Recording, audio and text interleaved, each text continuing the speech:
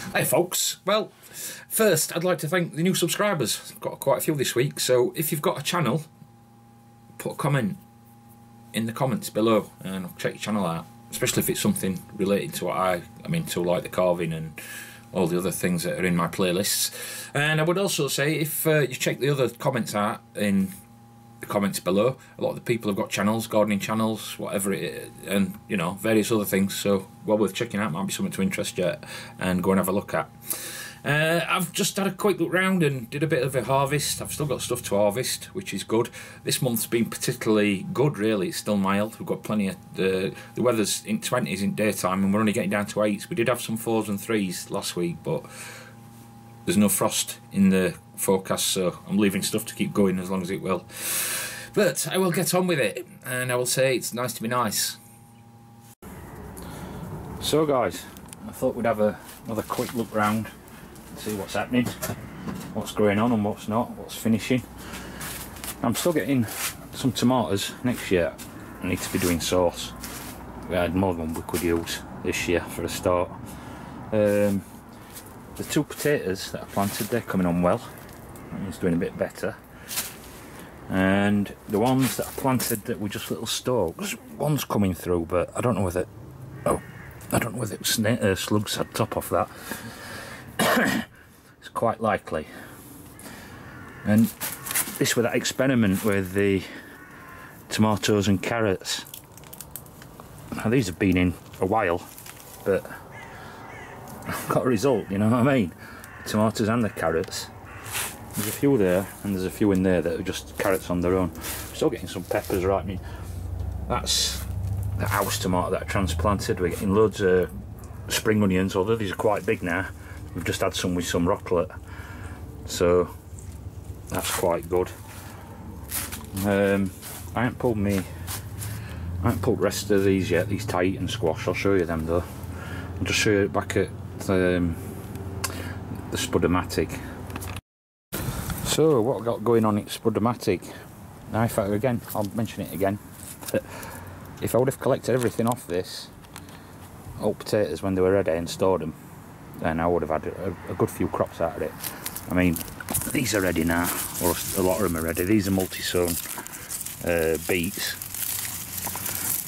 and there's a few that are ready, look. Now on these, the ones right at the bottom, I'm also going to try and put these up on automatic waterer next year, depending what weather's like, but they did tend to get forgotten a little bit after potatoes come out. But there's quite a few beets ready, and these were done, like I say, multi-sown.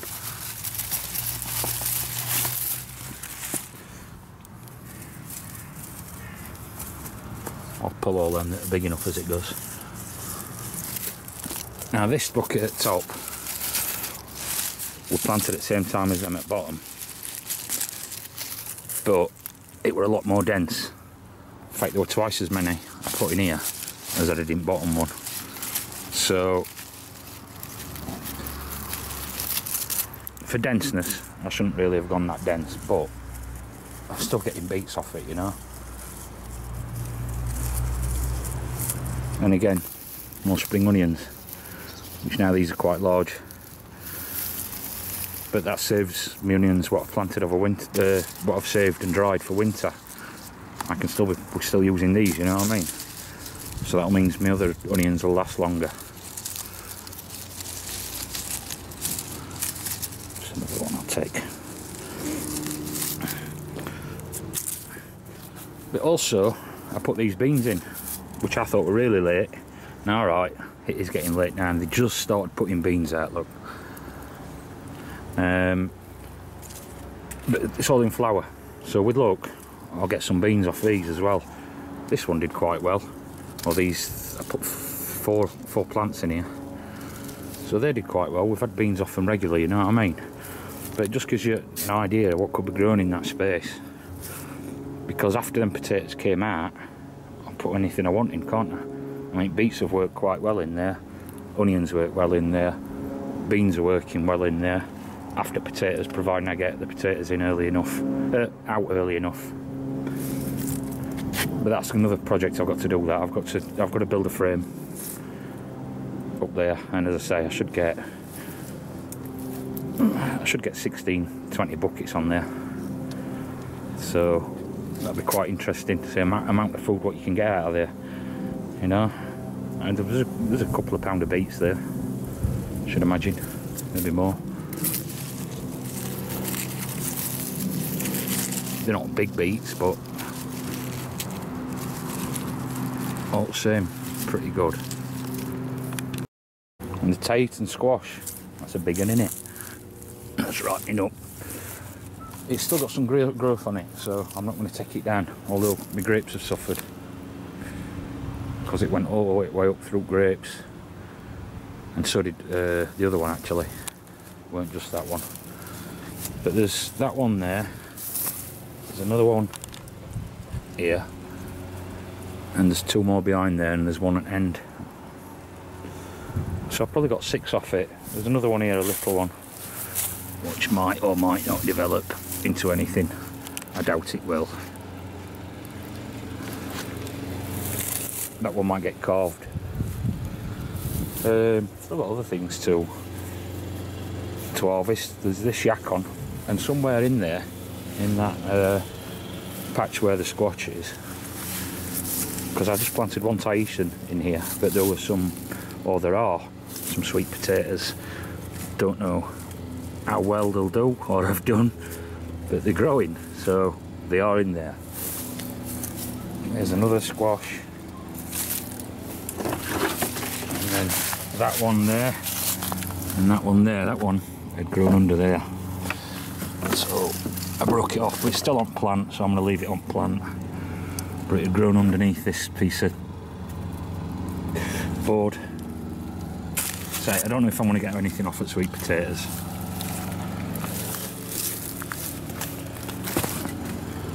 The stuff I planted up other week, the salad, they're coming on. The ones in greenhouse are also coming on. There's not much difference. In fact, these are probably doing a bit better. That watering system in greenhouse I've got to sort it out so it waters better. That drip works alright, but them tubs are big, even with 2 drips in them. And I think I've overloaded the system really on that. I'm hoping that we might get some sprouts. But I do think I planted them a little bit early, and they have suffered. I did have quite a lot of white fly, but there's not much now. There's nothing coming on these. These are purple sprouting for sure. And there's the broccoli and cauliflower, or cauliflower and broccoli. Now the vole problem is still a problem. At the end of this bed here, where all this is all dug up, this is all the work of the vole. I've just gone through and it's running with holes, so I'm going to try and set that vole trap up somewhere. In fact, now I know why my courgettes died off. The voles ate the roots off them. The ones that got away. But the vole ate the roots off. This is a vole run here. Goes right through and it's eating roots off. Goes through into there and through into there. So I'm going to set that trap up in there now with some potato on it and see if I can catch it, or catch any. But all the way through here, that's the vole hole. Just been going around with this stick and poking. Where it drops, there's a run. See what I mean?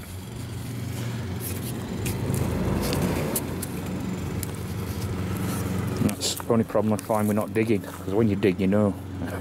make them start again. But I'm going to put a trap in here and see if it does anything. So this is that trap. That you just sprag it between there like that.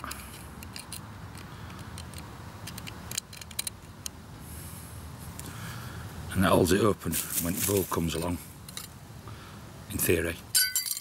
Kablooey. So I'm going to set it down here, see if I have any luck.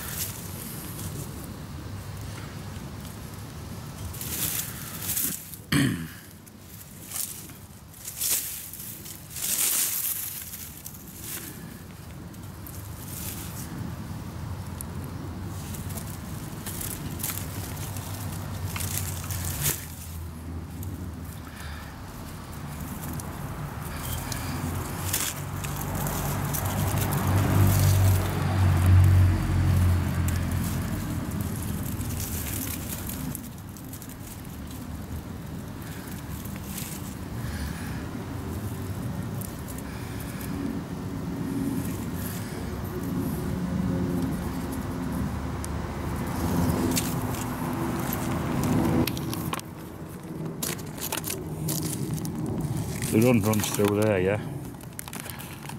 Nah, I don't know which way they'll come from. There is some more run coming through here, but it's filled in it. I'll just cover it up with some leaves or something. Might put a cabbage leaf over it and then just leave it, see what happens. And that's that. I'll leave it, see what happens. I'll get a couple of days there and then I'll move it around a bit. It'd be handy if I could catch some of the buggers, because this bed's absolutely full of runs and at the ends both other beds are, so just have to see how we go. And before I do go, if you're still here, now there is 4. As you can see, they're like them little like Russian dolls. They all come at different times. This little one at front here is 2 days old. The ones at the back are now 10 days old. 10 days, 9 days. I think that one's 2 days older than that one. So, and there's still another egg that might come. I did candle them, so it's quite surprising. Hello. Any frost coming up in long.